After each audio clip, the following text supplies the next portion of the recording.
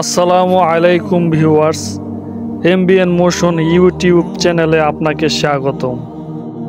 একদা হযরত ওমর ফারুক রাদিয়াল্লাহু আনহু মদিনার কোনো এক গলি পথ দিয়ে হেঁটে চলছিলেন। হঠাৎ একটি যুবকের প্রতি তার দৃষ্টি পড়ে গেল। সে তার পরিহিত বস্ত্রের নিচে একটি বোতল লুকিয়ে রেখেছিল। হযরত ওমর রাদিয়াল্লাহু আনহু তাকে জিজ্ঞেস করলেন, হে যুবক, তুমি তোমার বস্ত্রের নিচে কি ঢেকে রেখেছ? বোতলটি মদ ভর্তি ছিল, সুতরাং যুবকটি জবাব দিতে ইতস্ত করছিল।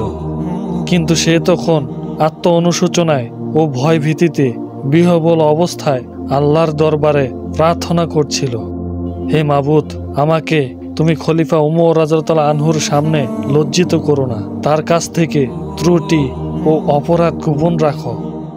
আমি তোমার নিকট খাঁটি তওবা করছি এবং এই প্রতিশ্রুতি দিচ্ছি যে জীবনে আর কোনোদিনই আমি মদ স্পর্শ করব না।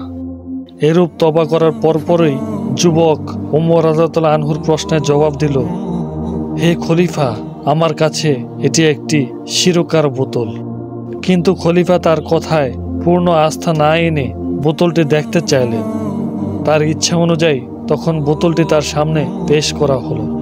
দেখা গেল যে বোতলটির মধ্যে সত্যি সিরকা ভর্তি রয়েছে। কেউ এভাবে ভীত মনে কোনো লজ্জাজনক ও পাপ কাজ থেকে আল্লাহর দরবারে ফরিয়াদ জানালে এবং খাঁটি তওবা করে নিলে আল্লাহ পাক এক বস্তুকে অপর বস্তুতে পরিণত করেও ফরিয়াদির পাপ মার্জনা করে দেন এবং তার মান সম্মান পর্যন্ত অক্ষুণ্ণ রাখে। আল্লাহ তাআলা আমাদের সকলকে আমল করার তৌফিক দান করুন, আমিন। আজকের সংক্ষিপ্ত আলোচনা এ পর্যন্তই। ভিডিওটি কেমন হলো কমেন্ট করে জানাবেন। সবাই নতুন নতুন ভিডিও পেতে চ্যানেলটি সাবস্ক্রাইব করুন। দেখা হবে নতুন কোনো ভিডিওতে। সবাই ভালো থাকেন, সুস্থ থাকবেন। আসসালামু আলাইকুম ওয়া রাহমাতুল্লাহ।